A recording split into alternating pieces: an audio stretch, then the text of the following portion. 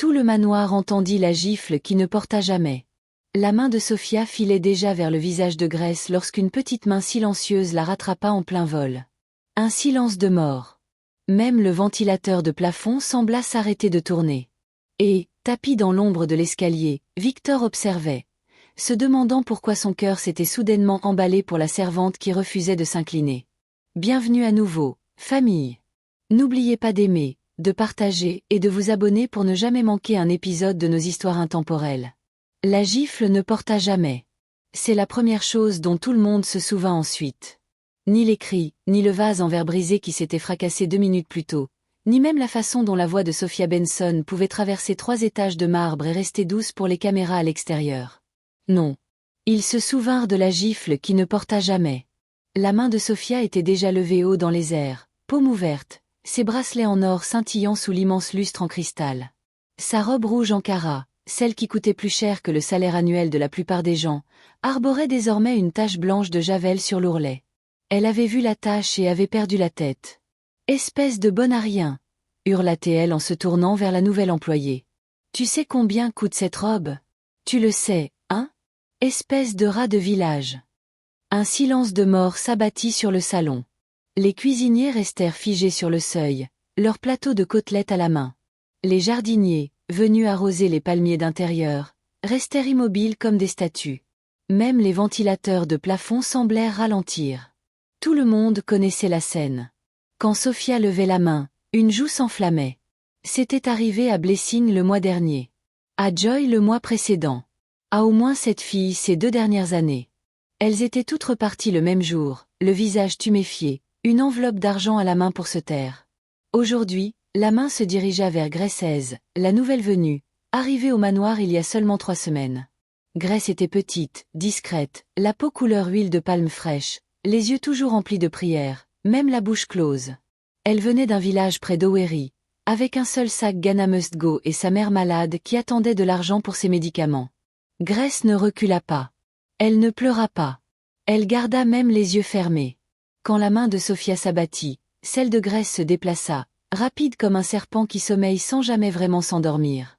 Ses doigts se refermèrent sur le poignet de Sophia et le maintinrent suspendu dans le vide, comme une photo que personne n'aurait osé prendre. Le temps sembla s'arrêter. Les yeux de Sophia s'écarquillèrent. « Qu'est-ce que tu crois faire ?» Sa voix était faible, presque comique, comme celle d'une enfant qui découvre que son jouet est cassé. La poigne de Grace ne trembla pas. Sa voix était douce, mais tous les occupants de la pièce l'entendirent distinctement, car un silence absolu régnait dans toute la maison. « Je sais qui vous êtes, madame, » dit Grace dans un anglais calme et impeccable. « Mais je sais aussi qui je suis. » Quelqu'un à l'arrière laissa échapper un cri d'effroi. Un des chauffeurs laissa tomber son téléphone. La cuisinière, Mama Ngozi, porta la main à sa bouche et se mit à prier en igbo à voix basse. Sophia tenta de retirer sa main. Elle ne bougea pas. Grace ne serrait pas fort, mais sa prise était ferme, comme celle de quelqu'un qui avait porté du bois sur sa tête depuis l'âge de 7 ans, qui avait puisé de l'eau au ruisseau lorsque l'harmattan lui avait brisé les pieds. Ce genre de force est silencieuse. Elle demeure, tout simplement. Le visage de Sophia devint rouge. Lâchez-moi immédiatement. Savez-vous qui je suis ?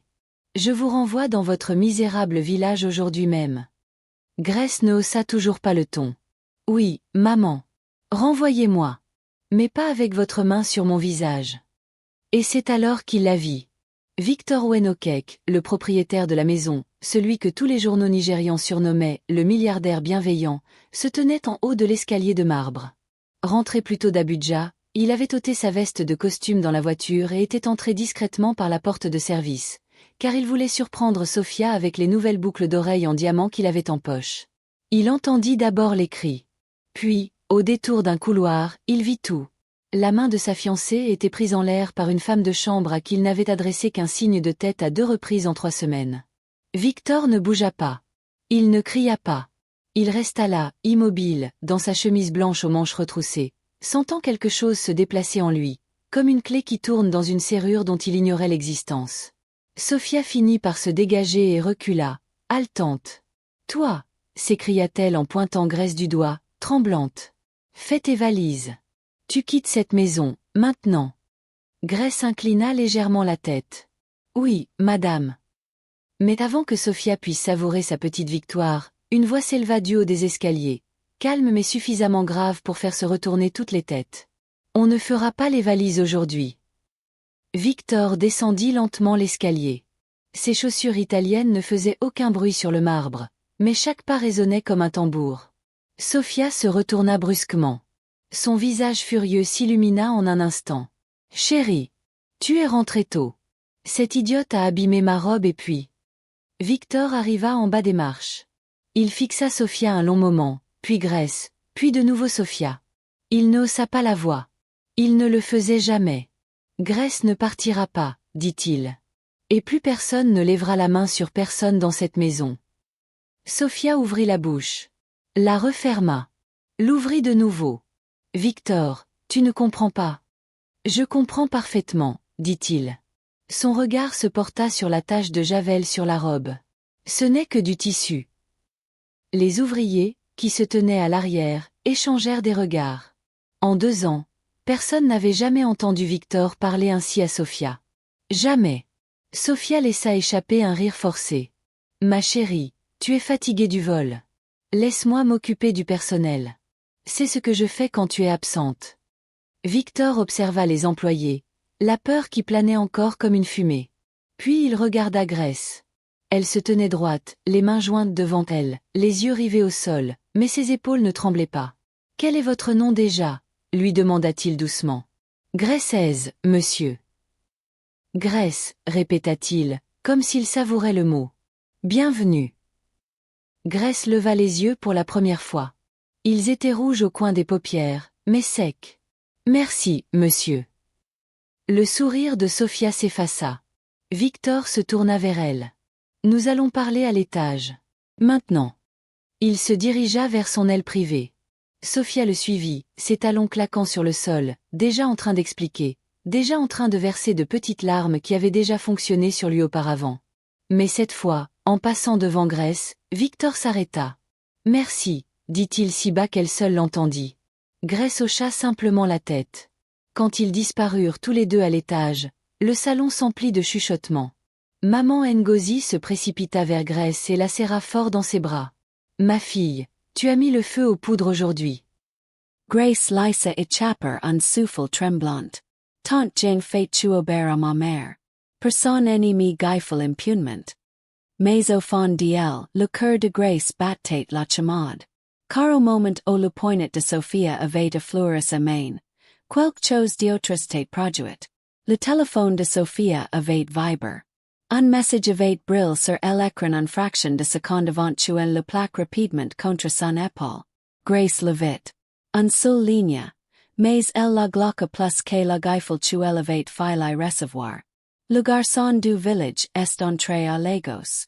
Annulé le plan le tint la maison. Grace n'y savait pas qu'était si garçon du village. Mais un pressentiment lui disait que, très bientôt, toute la maison serait au courant. Car certaines dettes sont enfouies sous la terre du village. Et lorsqu'elle harmattan souffle avec force, même la plus riche demeure de Lekki n'y peut empêcher la poussière de s'élever. Et la poussière montait. Cette nuit-là le manoir n'y dormait pas. Le gros générateur ronronnait dehors. Mais à l'intérieur, les couloirs étaient plus froids que d'habitude. Même les guirlandes de Noël que Sophia avait obligé le personnel à laisser en place depuis février semblant de fraquis, clignotant sans éclat. Victor resta assis dans son bureau jusqu'aux 3 heures du matin. Il avait renvoyé Sophia dans l'aile d'invites d'un simple. J'ai besoin d'être seul ce soir. Elle avait pleuré supply même essayé de l'embrasser, mais pour la première fois en 2 ans, Illinois avait fermé la porte sans la laisser entrer. À présent, Illinois était assis avec pour seuls compagnons un verre d'eau et le souvenir d'une petite main que avait empêché un gifle de voler. Elle appela maman Ngozi, la chef cuisinière, la seule personne que avait travaillé pour sa défunte mère. Elle arriva en chemise de nuit et foulard sur la tête, les yeux déjà rougis par les larmes. Asseyez-vous, maman, dit doucement Victor. Assassit. Dites-moi la vérité, dit-il. Toute la vérité. Maman Ngozi fixa le sol pendant un long moment.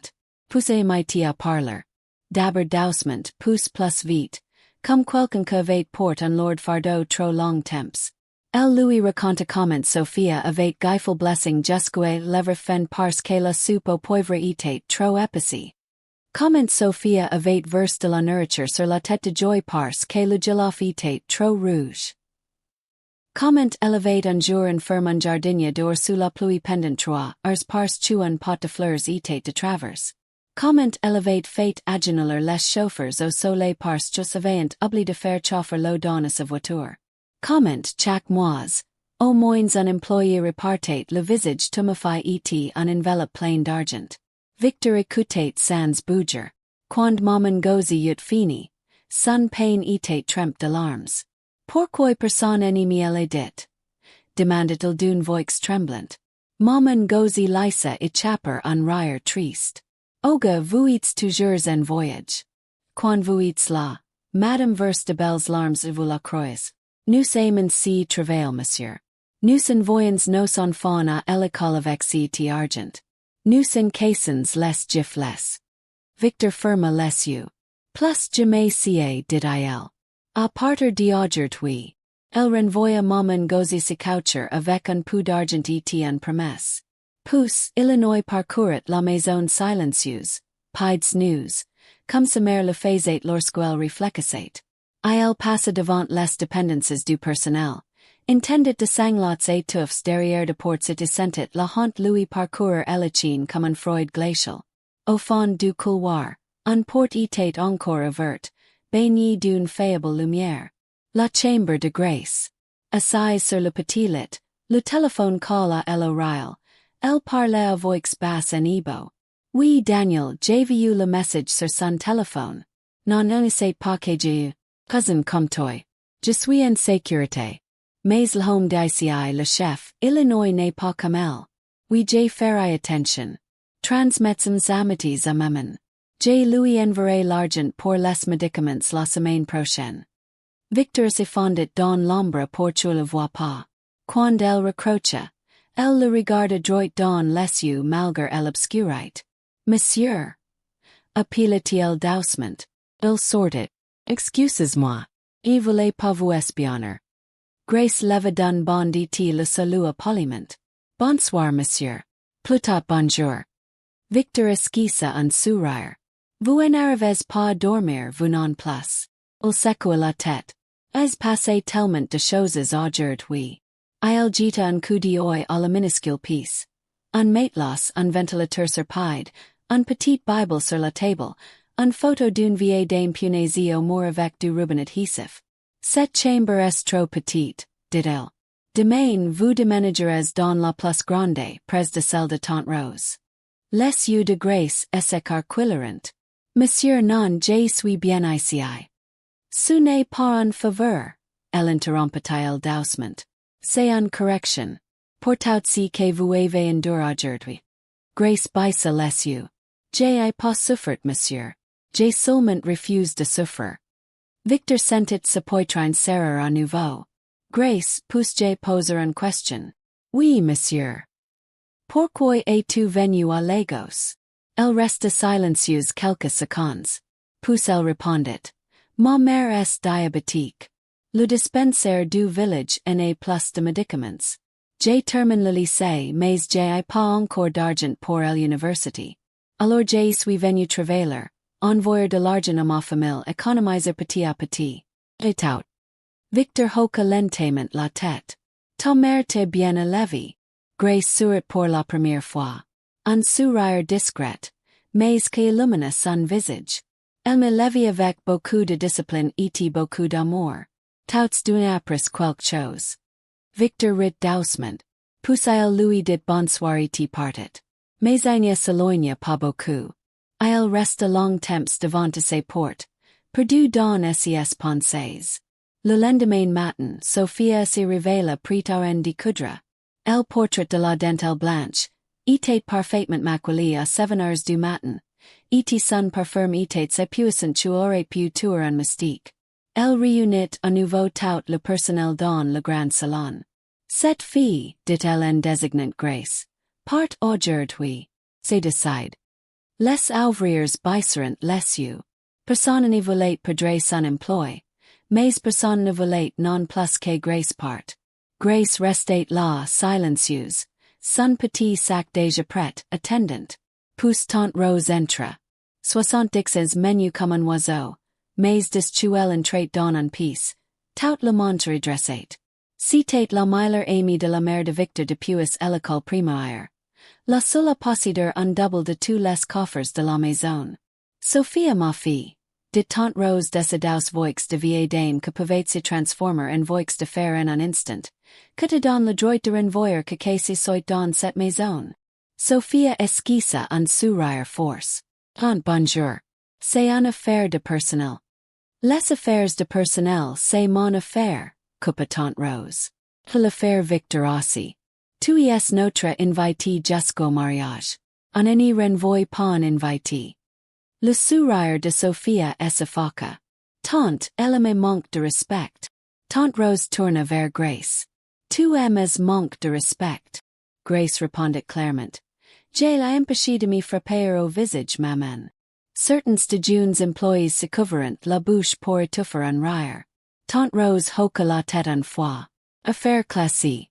Grace v. Changer. Tu eres dans la grande chambre d'Amazagert. Sophia ouvrit la bouche, la referma. Puis monta les escaliers en trombe. C'est après-midi-là, alors que Grace déployait son petit sac, elle trouva quelque chose sous son vieux matelas. Un minuscule appareil photo noir, l'objectif point droit sur un droit tête reposait chaque nuit. Quelqu'un elle observait pendant son sommeil. N'y criait pas. N'y pleurait pas. Elle ramassa l'appareil, regarda droit dans l'objectif et parla distinctement en ibo anglais. Je sais que vous m'observes. Hantez-vous. Puis elle l'enveloppa dans un tissu et la porta à tante Rose. Tante Rose y jeta un coup de son visage chanhea. Ce n'est pas un appareil photo ordinaire. C'est un appareil cher. Suivez-moi. Elles se rendirent à la chapelle privée au fond de la maison. Celle que la mère de Victor avait fait construire avant de mourir. À l'intérieur, tante Rose ouvrit un petit placard que seuls elle et Victor connaissaient. Elle en sortit un vieil enveloppe brun jauni par le temps. À l'intérieur s'y trouvait une photographie. Un jeune Sophia, peut-être 19 ans, débout furious, dans la cour du village. Devant elle à terre en pleurs, se trouvait une jeune fille maigre en uniforme de servante. La joie de la follette était rouge et en flie. Derrière eux se tenait le jeune chef Benson, détournant le regard honteux. La voix de tante Rose était basse. Cette fille sur la photo n'est jamais rentrée ce soir-là. On a dit tu elle avait vol un collier. On a dit tu étais en fuite. On a dit tu elle était tombée cogné la tête. On a donné de l'argent à ses familles. On a étouffé l'affaire. Grace sentit son estomac s'ennuyer. Comment s'appelle-t-elle, tante? Merci Okeke, répondit tante Rose. Elle était de ton village. Dans la même propriété que la famille de ta mère. Les genoux de Grace trembleront légèrement. Merci Okeke était la sœur cadette de sa mère. Es propre tante tu elle n'avait jamais connu, car l'histoire était trop douloureuse à raconter. Elle regarda de nouveau la vieille photo. La follette en pleurs étendue par terre, ressemblait à son propre visage, en plus maigre en plus triste. Le soir même, dans une petite pension de famille à Surelaire, un homme de grande taille et aux usurns était assis sur le lit, comptant l'argent tu avait économisé pendant 15 années. Elle s'appelait Daniel Okeke, le frère aîné de Mercy et le cousin de Grace. Son téléphone vibra. Un message de Grace. Cousin J suis à la maison. Je viens de voir la photo. C'est vrai. C'est elle. Daniel ferma les yeux. Après 15 années de souffrance, 15 années de journalisme à la chaîne, 15 années à rassembler de documents, de rapports d'hôpital, de témoignages, Illinois y était enfin. Elle répondit. Prends soin de toi mon pote. La vérité vient claire cette fois. Même si j'ai dois défendre le portail moi-même. Elle appuya sur envoyer. Se leva et contempla la vieille photo de sa sexuelle gardée toujours sur lui, et murmura. Merci, ton frère est arrivé. Dehors, la nuit de Lagos englutissait la lumière, mais à l'intérieur du manoir, Les phantoms que l'argent avait en fouilles pendant quinze révéliant, prêts à reprendre vie. Grace, la petite Grace discrète, était plus seulement un servanti essayant d'acquitter de médicaments pour sa mère. Elle était celle que les ancêtres avaient envoyée pour ouvrir la tombe. À 10 jours du mariage, Lagos était déjà en effervescence. Des panneaux publicitaires sur le third mainland bridge montrant Victor et Sophia rayonnance d'un amour parfait. Sur Instagram on le qualifiait de mariage de l'année. Les pasteurs réservaient de jets privés. À Suralire, les couturiers travaillant jusqu'aux 4 heures du matin pour confectionner de osso habits. Personne n'y voulait entendre le moindre reproche à leur égard. L'argent parlait fort, et la vérité restait muette. À l'intérieur de la villa, elle était l'or de parfum. De panique et de secrets que cherchaient à s'échapper. Victor avait plus touché Sophia depuis le jour où elle avait filé la giflait. Elle la saluait toujours poliment, autorisait toujours les photographes à entrer dans la propriété, mais chaque soir, Illinois fermait la porte de sa chambre à Sophia le sentait. Elle souriait plus fort devant les caméras, publiait de versets bibliques sur la patience et la bonté, et versait de vraies larmes en cachette.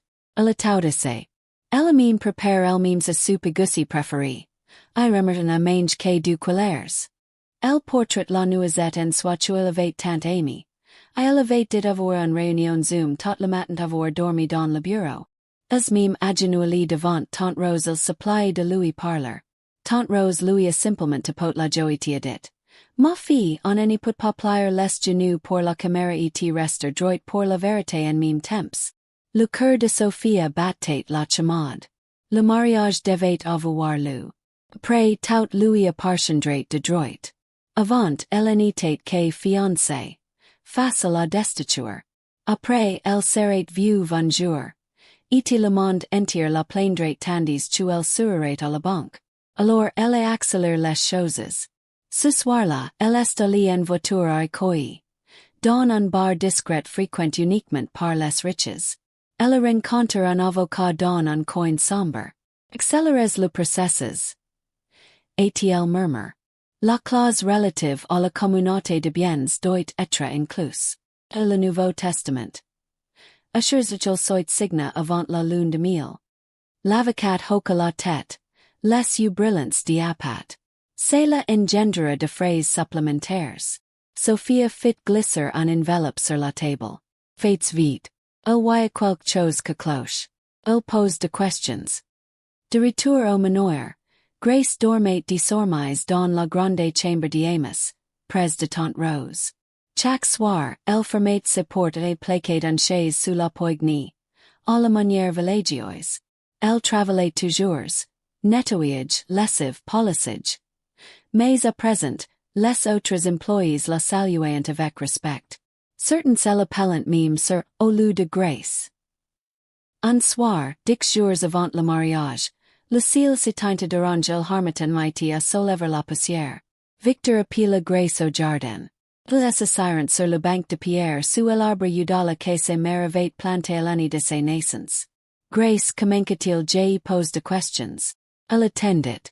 J'ai entendu de histoires. Beaucoup d'histoires. De Sophia. Sur la façon dont elle traite les gens en mon absence. Grace baissa les yeux. Monsieur, ce n'est pas moi. Vous avez empêché un gifle, dit-elle doucement. Cela signifie que c'est à vous. Grace prit une profonde inspiration. Puis elle lui raconta tout. Sans choléra. Juste de fait. Des dates de noms de blessures. Comment Sophia avait un jour jeté du de brûlant sur la main d'un chauffeur. Comment elle avait obligé une femme de ménage enceinte à monter de lourdes choses sur 3 étages. Comment elle riait quand les gens pleuraient. Victor écouta jusqu'à la tombée de la nuit. Quand elle eut fini, Illinois dit simplement une chose. Merci de m'avoir fait confiance et de m'avoir dit la vérité. Cette même nuit, la père de Sophia se transforma en action. À 23h47, deux hommes vites de noir sautirent la clôture du fond. They déplaceront comme de la fumée. Droit vers les quartiers du personnel. Leur mission était simple. Effrayer tellement la nouvelle bonne chuelle s'enfurait au village indirect plus jamais en mot. Grace revenait de la buanderie avec un bol de ligne sur la tête lorsqu'elle époquette de ombres. Elle laissa tomber le bol sans brute, fouilla dans son pain et sortit le petit sabre chuelle portrait toujours sur elle. Celui que mère lui avait dans le jour de son départ du village. Les citadins ont de 14, mais les filles du village ont du bon sens. Le premier homme elle attrapa par derrière. Elle fit tournoyer le sabre et sentit chair s'enfoncer. Le homme hurlait de la lucha. Le second s'y rua sur elle. Sabaissa, roula sur elle-même comme ses frères le lui avaient après lors de leurs jumasques. Était là de la jam du second homme. Pas profondément juste ses pour lui donner un leçon. Les deux hommes prirent la fuite, elle en deux boitent fortement. Mais lorsque le gyrophare s'alluma, Grace reconnut clairement le visage du second homme, Emmanuel, le chauffeur personnel de Sophia depuis Cotteranes. Elle resta là haletante du sang sur son pain, le sabre à la main, lorsque Victor arriva en courant avec de gardes. Elle avait en première. La petite fille dressée comme un guerriero dessus d'un homme adulte en larmes. Était quelque chose en luz brisa. Grace! Elle courait vers elle, prit délicatement le coutelas lui releva le visage pour vérifier l'état blessé. Elle avait un coupure au bras reine de grave. Je vais bien monsieur, dit-elle d'une voix achérie. Victor tourna vers le chauffeur qui rampait au sol. Que vous envoie? Le homme tremblait tellement que l'état impossible pour lui de mentir. Madame nous se promise 2 millions. Juste pour lui faire peur. Le visage de Victor s'y transforma. Su n'était pas en colère bruyante, mais en colère sourde menaçante. Elle porta lui-même Grace jusqu'à la clinique en bis. Pendant que l'infirmière nettoyait sa plaie. Illinois s'assit à côté d'elle, lui tenant l'autre main comme un frère. Je suis désolé, dit-elle. C'est de ma faute. Grace le regarda. Non, monsieur. C'est parce que certains pensent que l'argent peut écouter le silence à jamais. De retour à la maison principale, Tante Rose les attendait avec une femme inattendue. Victor Owen-Okeke, la sœur cadette de Victor, tout juste arrivé de Heathrow, son sac Louis Vuitton à la main, le regard aussi piquant que celui de leur défunte mère. Grand frère, dit-elle avec son accent londonien, il faut qu'on parle. Tout de suite. Thésy rendrant dans le salon privé. Olivia ferma la porte à cieli. Ouvrit son ordinateur portable et lanka un enregistrement. La voix de Sophia emplit la pièce. Un rire du malicieux. Un fois la bague doit.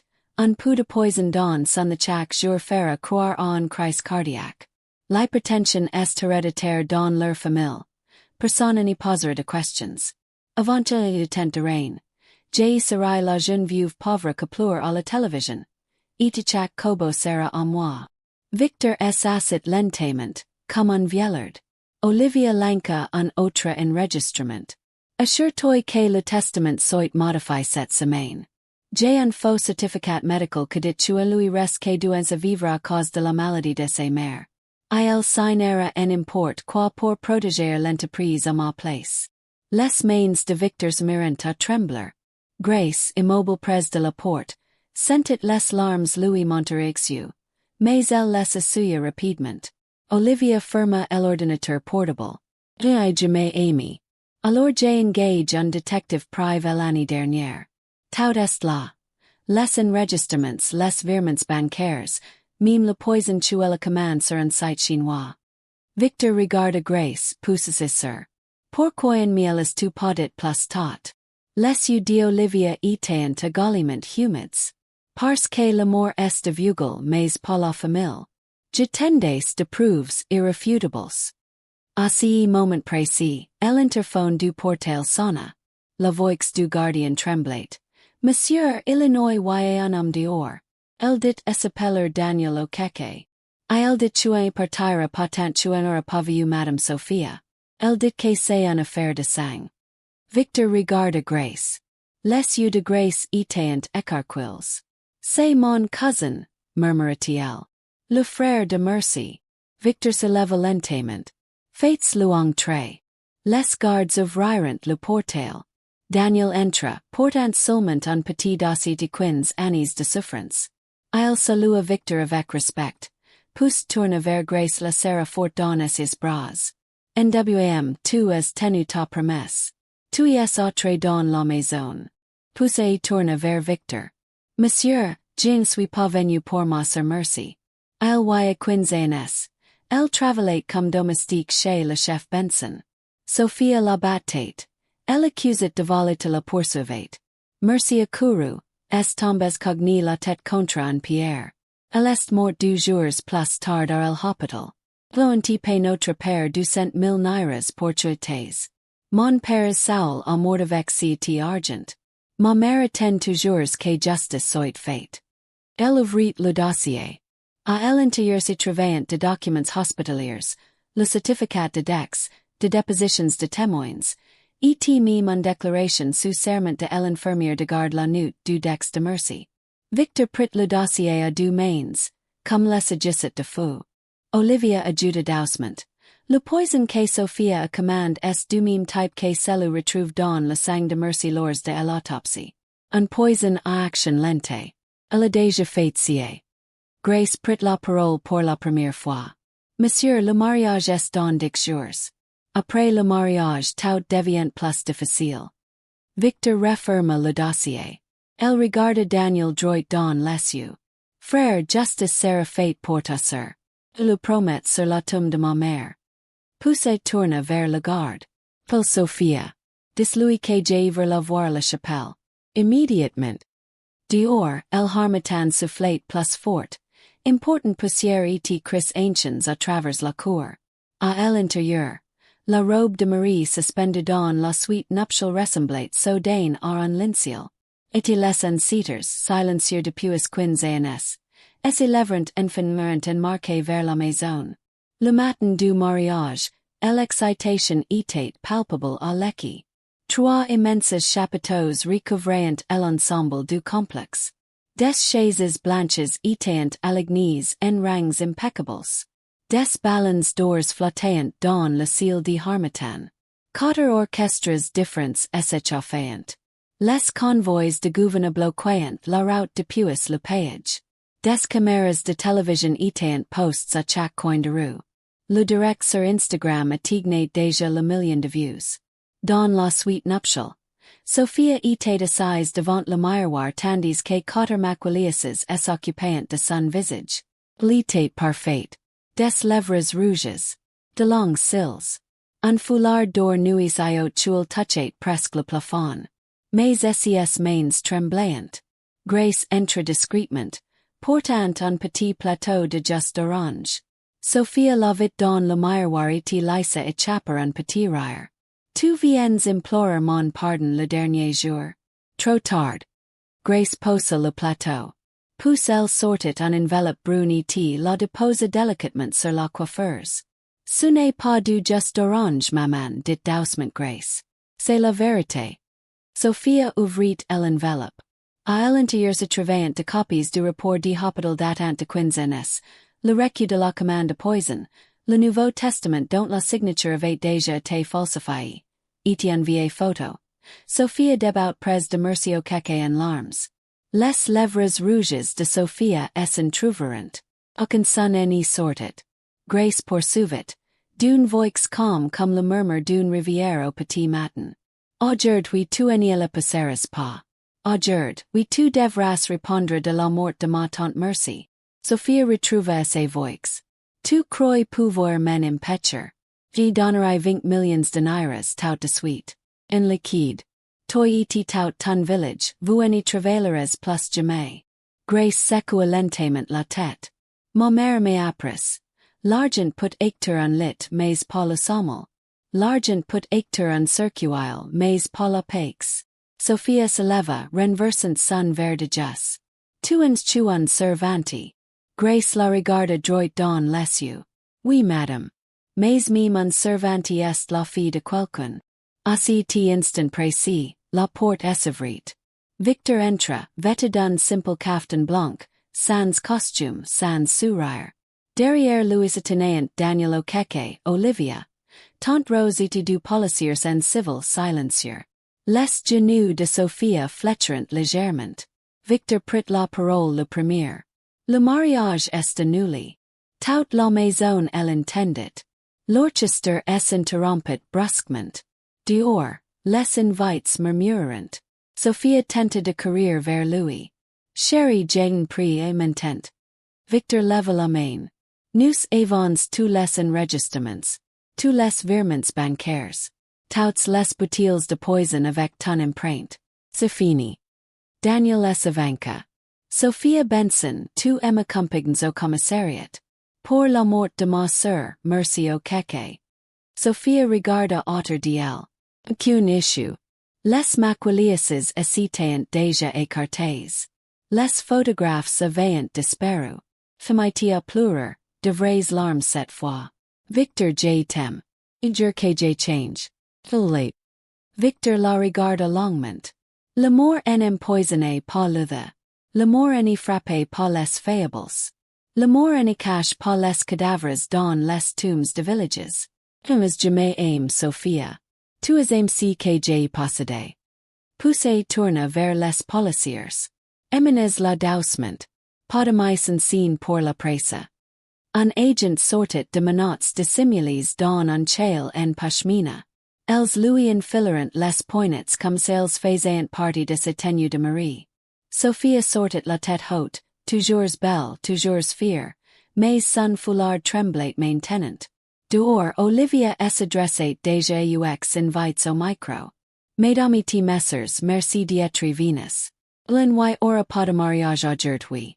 Profitez du repas, de boissons, de la musique. C'est un fête de remerciement. Nous remercions Dieu pour la vérité, pour la justice et pour la famille. Les jeunes applaudirent. Certains étaient perplexes, mais à Lagos, on n'a jamais besoin d'explications pour manger et boire gratuitement. Victor ne joignait pas la fête. Ainsi rendit à la chapelle privée avec Tante Rose, Daniel, Olivia et Grace. Ils étaient assis au premier rang, comme un seul famille. Daniel prit la parole le premier. Monsieur, je suis venu pour me venger. Mais aujourd'hui j'ai repars à paix. Merci. Victor secoua la tête. Non. Merci à vous. Vous avez porté fardeau pendant 15 ans aujourd'hui, il prend fin. Tante Rose apporta une petite bouteille de vin de palme et 4 verres. Il servit. Ah merci Okeke dil. Que son âme repose enfin en paix. Zburant tu. Pousse Victor's tourna vers Grace. Tu as perdu ton travail aujourd'hui, oui à cause de ce qui est passé. Grace esquissa un sourire. Monsieur, je suis venu chercher de l'argent pour de médicaments. Tu me donnes bien plus que de médicaments. Elle a rendu justice à ma tante. Victor fouilla dans sa pochette and sorted un chèque de banque. 10 millions de naires, à l'ordre de Grace is. Pour les soins de ta mère et tes études. Grace regarda le papier. Pousse le repoussa doucement. Monsieur gardez-le. Utilise-le pour créer un foyer pour les jeunes filles que travaillent comme domestiques. Ainsi, plus jamais personne n'aura à subir les conséquences financières de frais de scolarité. Les yeux de Victor étaient humides. Alors viens tien a cupper toi mime. Grace rit doucement. Après mes études. Olivia leva son verre. À la bourse d'études de Grace is. Entièrement prise en charge. Dis le prochain semestre. Zrirant tu et burant à nouveau. 6 mois plus tard. Le manoir était de nouveau silencieux, mais d'un calme différent. Paisible. Grace était désormais étudiante en droit à l'Université de Lagos. Elle vivait sur le campus ou rentrait chez elle le week-end pour rendre visite à sa mère, que pouvait maintenant marcher sans douleur. Daniel avait créé la Maison de la Miséricorde, un refuge et un centre de formation pour les employés de maison victimes de maltraitance. La cérémonie d'Ovacha avait réuni de gouverneurs, de pasteurs et même de journalistes internationaux. Sophia était à Kirikiri, en attente de son procès. Son père, le chef Benson, avait vendu du maisons pour payer les avocats, mais les preuves étaient accablantes. Certains journaux élevant surnommé La Marie empoisonnée. Un dimanche, Victor rendit visite à Grace dans son village avec tante Rose Olivia.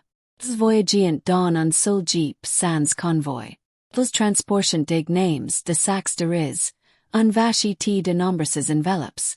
Sous le grand arbre udala de la cour de Grace, Victor s'agenouilla dans la poussière devant la mère de Grace. Maman dit un ebo clair, je suis Victor Owen-Okeke. Votre fin sauve la vie. Je suis venu vous supplier, il va bien.